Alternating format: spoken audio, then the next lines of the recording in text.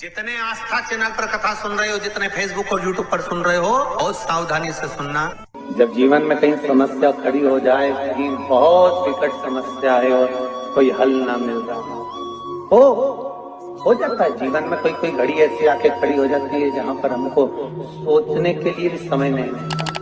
तब शिव महापुराण की कथा वर्णन करती है, शुक्रवार के दिन अगर शंकर के मंदिर में जल चढ़ाया जाए तो नारी का अखंड सौभाग्य होता है। शिव कथा कहती है नारी की जिंदगी में जब कोई विषम परिस्थिति आ जाती है, एक नारी शुक्रवार के दिन बेलपत्री के वृक्ष के नीचे बैठकर घृत का दिया लगाकर शरीर में जो रोग है उसका स्मरण कर कर शंकर जी से विनय कर कर, हे भोलेनाथ आपने शुक्र देवता को संजीवनी मंत्र दिया है, तो क्या आप मेरे को वो मंत्र प्रदान नहीं करोगे? मेरे रोग, मेरी बीमारी, मेरे दुख को आप नहीं हरोगे? शिव से कहो ये शरीर आपने दिया है और भजन करने के लिए दिया है, स्मरण करने के लिए दिया है, कीर्तन करने के लिए दिया है, तो संभालोगे भी आप। और बेलपत्री की ओर मुख कर कर घी का दिया लगाकर महामृत्युंजय मंत्र का स्मरण कर लेने पर धीरे धीरे धीरे धीरे धीरे धीरे वो रोग समाप्ति की ओर आता चले जाता। ये तुमरु का नाम कोई साधारण नाम नहीं है। पंच बेलपत्र, पंच पुष्प, पंच दुर्वा और पंच पात्र जल,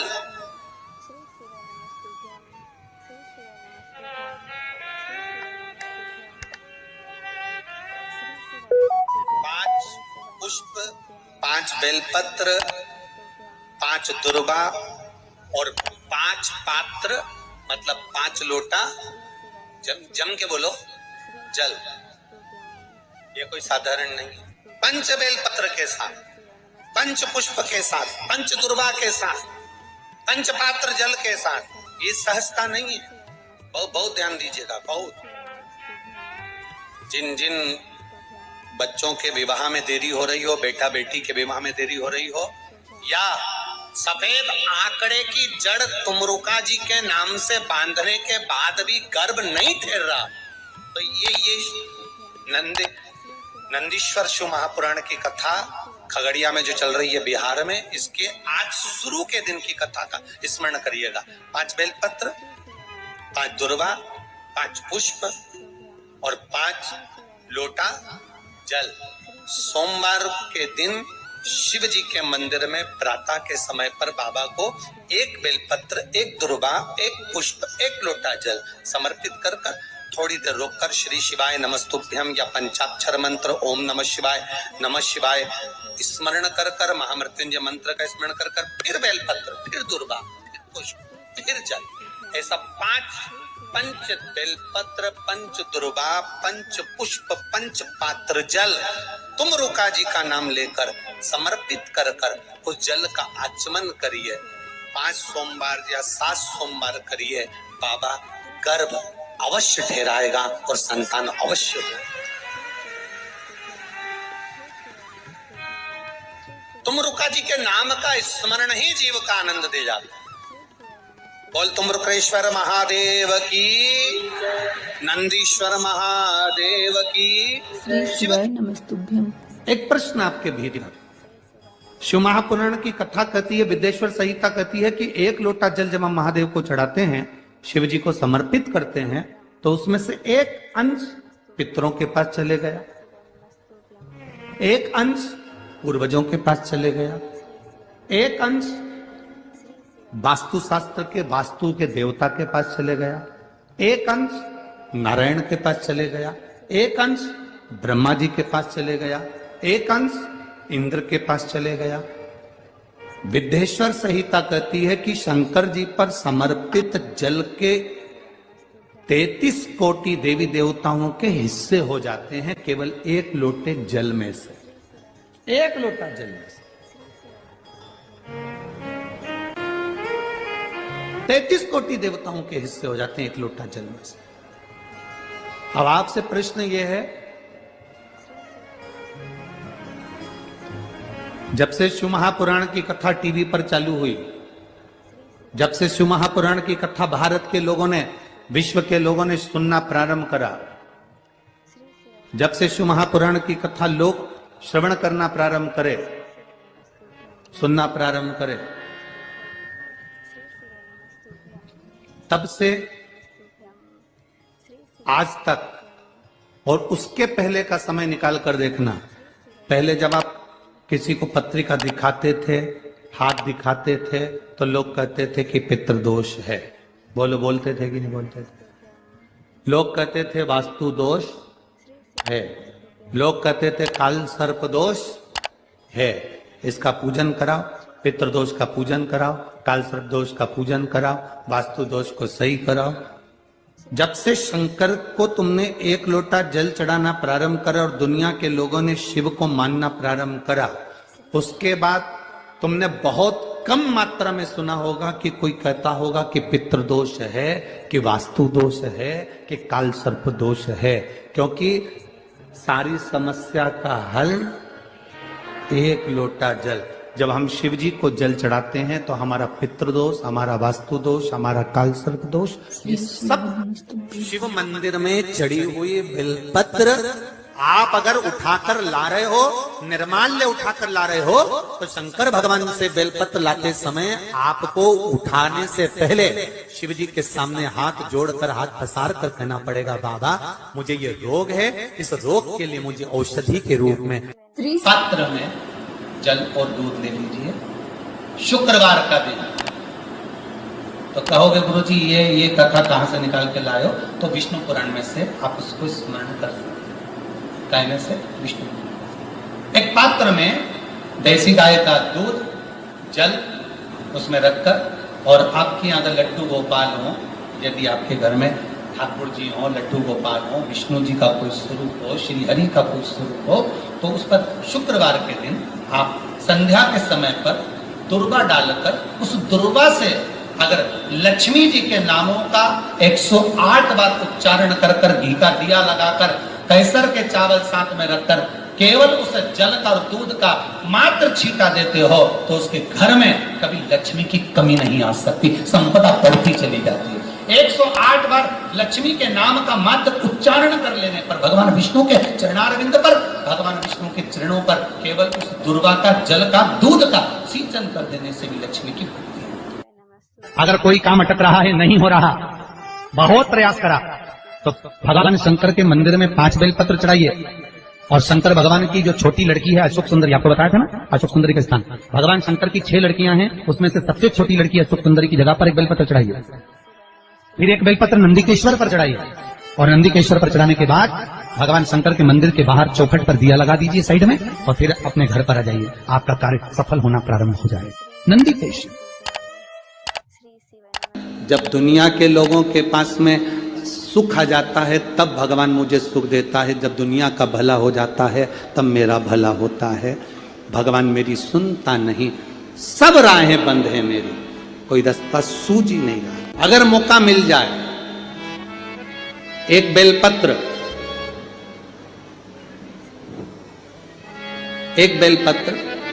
एक धतूरा, धतूरा जानते हो? अरे बोलो तो जम के, जानते हो ना? एक बेलपत्र, एक धतूरा, एक शमी पत्र, अगर मौका मिल जाए,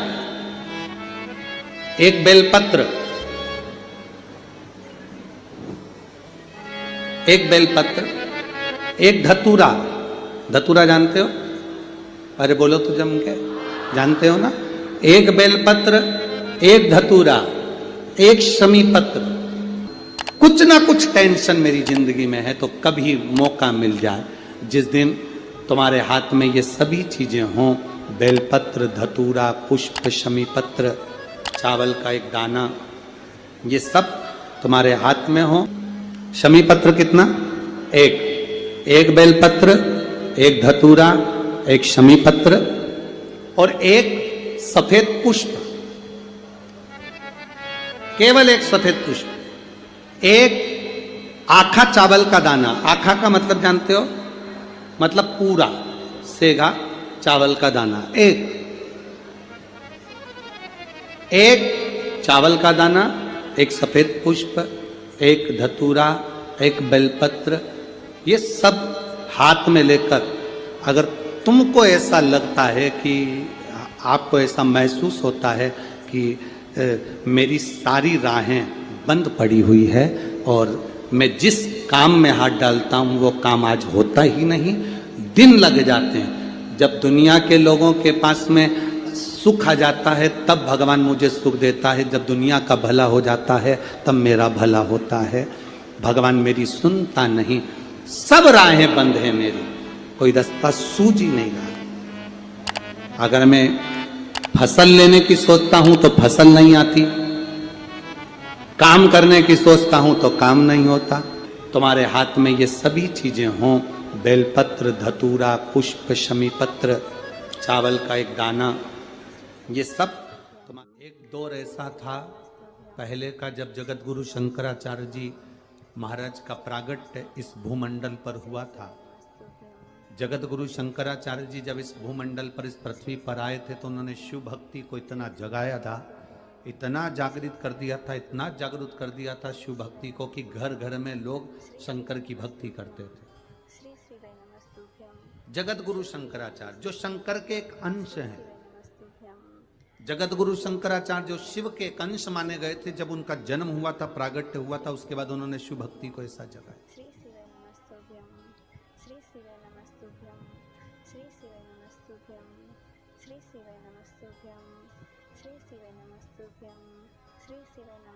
और जगत गुरु शंकराचार्य ने उस समय पर भगवान शंकर की भक्ति को घर घर तक पहुंचाया था। ऐसा कोई नगर नहीं, ऐसा कोई गांव नहीं, ऐसा कोई शहर नहीं, ऐसा कोई महल नहीं जिसमें शंकर का शिवलिंग नहीं था और शंकर की भक्ति नहीं थी। सब शिव की भक्ति करते।